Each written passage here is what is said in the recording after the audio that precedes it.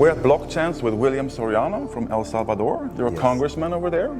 Yes, I've been working in the Congress for about 6 months. It has been crazy, hectic. Yeah, I heard your president bought the dip going in Today? Today, yeah? Yes. This morning, after BTC dropped about 20%. What's your longer term Bitcoin strategy? Are you going to buy all the dips? Yeah, that's what I do. I follow my president's advice. I mean, if he's making decisions and I believe them, then I'll follow them as well.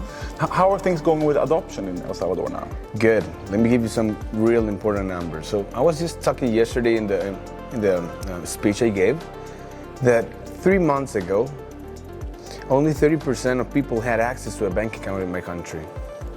30%, I mean, that's a small number, right? Just before I boarded my plane, come to Germany, 80% of people had access to a digital wallet. 80%? Yes. 2 months after we actually launched Bitcoin in El Salvador as a legal tender. Wow. And that's just important, that's meaningful for us.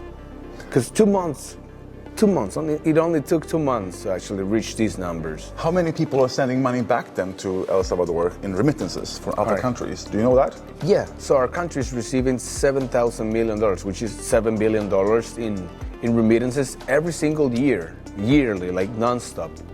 So this means our people pay $400 million in fees to companies such as RIA and MoneyGram. Yeah, Western Union, etc. Western Union as well.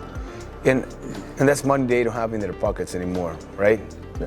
We have 3 million Salvadorans living in the United States who flew away because of the Civil War back in the 90s.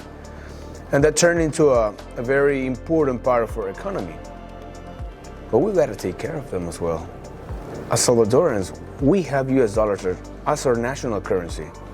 So how can we protect our people? Is there any way? No, there's no way. Not with the dollar, no? Not with the dollar, right? You need BTC. Yeah, and that's why we buy the dips. Yeah.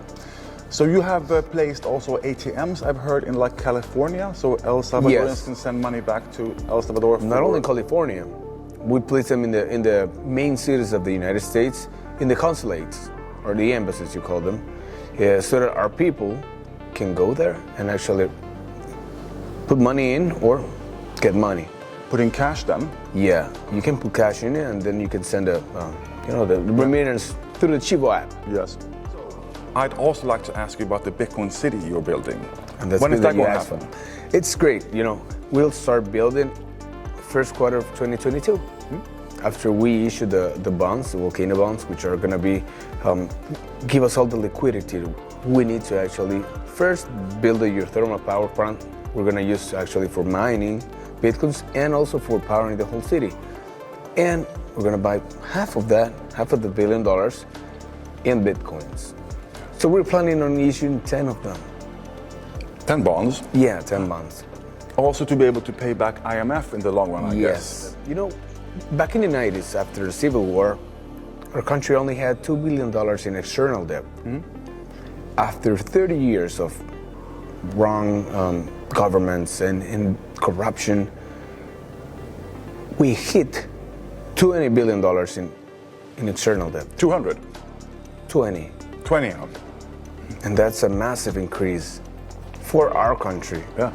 And there's something we had to do. It's not that my generation caused it, but we have to face the reality and the consequences of those decisions.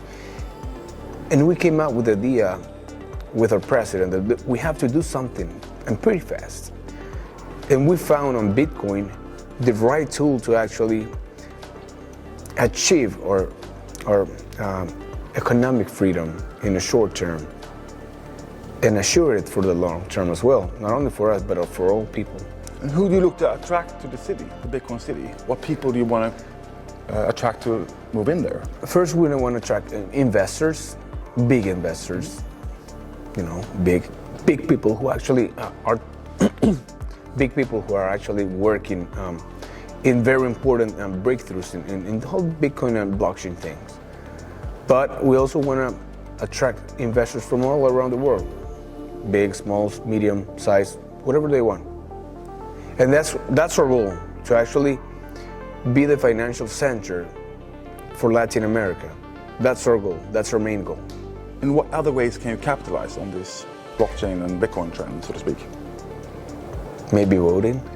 Exactly. Governance coins then. You know, in 2024, 3 million people will have to vote from the United States. And we have to find a way to do it safely,